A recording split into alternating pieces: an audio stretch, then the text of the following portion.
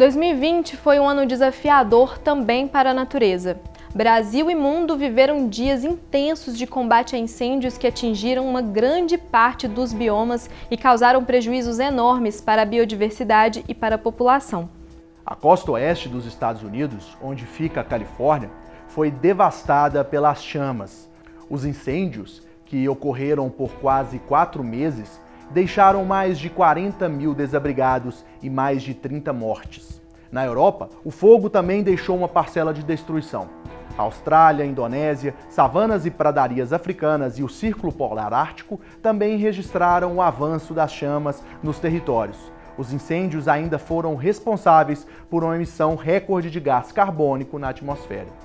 No Brasil, os incêndios no Pantanal e na Amazônia foram responsáveis pela maior parte das detecções. Os biomas perderam juntos mais de 53 mil quilômetros quadrados de mata. Em Minas Gerais, o poder destrutivo do fogo também deixou rastros em pontos importantes do estado. Em setembro, foram registrados quase 1.000 incêndios a mais em comparação ao mesmo período de 2019, um crescimento de 22%. Vários parques e monumentos naturais de áreas de preservação foram destruídos pelo fogo, causando prejuízos à fauna, flora e prejudicando nascentes. A Serra do Cipó, na região metropolitana de Belo Horizonte, a Serra da Moeda, na região central, e o Parque do Ibitipoca, na Zona da Mata, estão entre os locais mais atingidos. Na Serra da Moeda, os 5 dias de incêndio queimaram cerca de 4.200 hectares, sendo 1.000 no Monumento Natural Estadual da Serra da Moeda. Um relatório mensal do INPE, o Instituto Nacional de Pesquisas Espaciais, mostrou que em setembro foram registrados quase 70 mil focos de incêndio em todo o país, quase 20 mil a mais do que o que foi registrado no mesmo período de 2019. Em 16 dias, o fogo no Pantanal superou o recorde de queimadas registradas para o mês desde o início da série histórica. No fim de setembro, o bioma registrou 8 mil incêndios, número nunca antes visto. A fumaça resultante das queimadas no local chegaram inclusive a São Paulo. A situação crítica do Pantanal mobilizou o mundo em busca de ajuda para moradores, para a fauna e para brigadistas que atuavam no controle das chamas.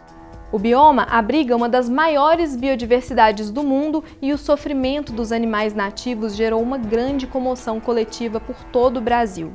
E enquanto o fogo consumia as matas, um desafio político também precisou ser enfrentado. A postura do presidente Jair Bolsonaro e de todo o governo federal foi considerada pouco efetiva contra os danos causados pelo fogo. Um exemplo foi a saída em tempo recorde do chefe do Centro Nacional de Prevenção e Combate aos Incêndios Florestais, o Previfogo, do IBAMA. José Carlos Mendes de Moraes pediu exoneração do cargo pouco mais de um mês após assumir. Ao mesmo tempo em que o fogo devastava o Pantanal e a Amazônia, o IBAMA também vivia seu pior período, sem recursos ou funcionários suficientes para cumprir a função de órgão protetor do meio ambiente.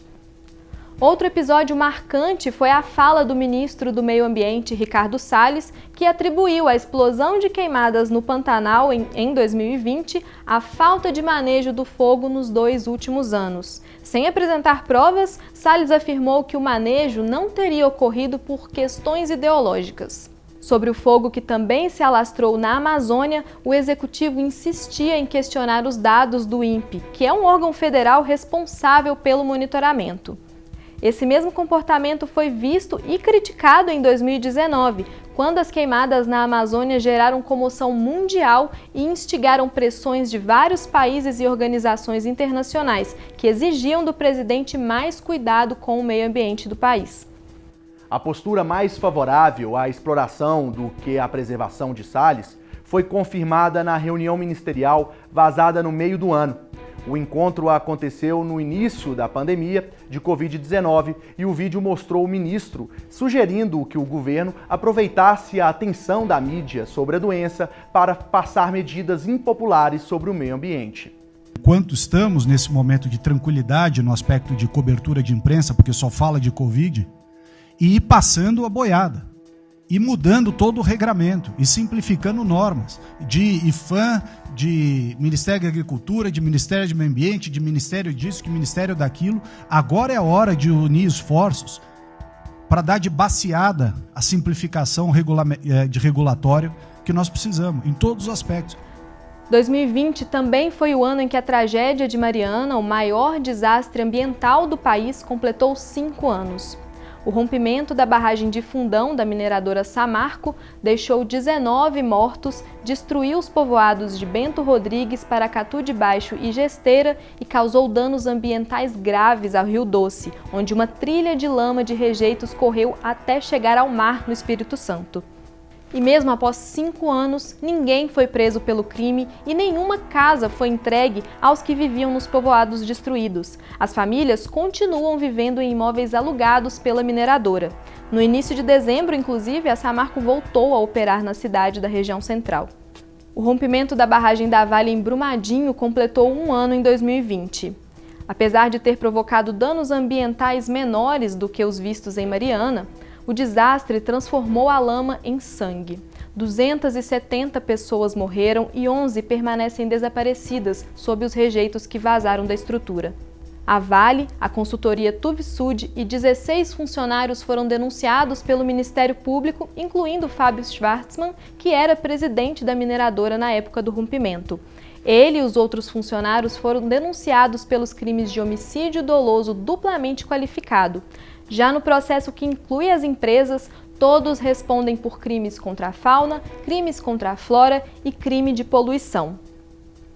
No início do mês, a Vale, o governo do estado e o Ministério Público voltaram a se reunir para entrar em um acordo de reparação pelo crime, mas a empresa se recusa a pagar 54 bilhões de reais pedidos pelo Executivo Estadual. A pandemia de Covid-19 alterou as dinâmicas na maioria dos setores e, em alguns, como de proteção ambiental, essa mudança pode ter vindo como um dificultador das já difíceis negociações pela sustentabilidade. Enquanto o mundo volta os olhos às tentativas de combate à doença, os interesses econômicos envolvidos na exploração da natureza andam quase livremente.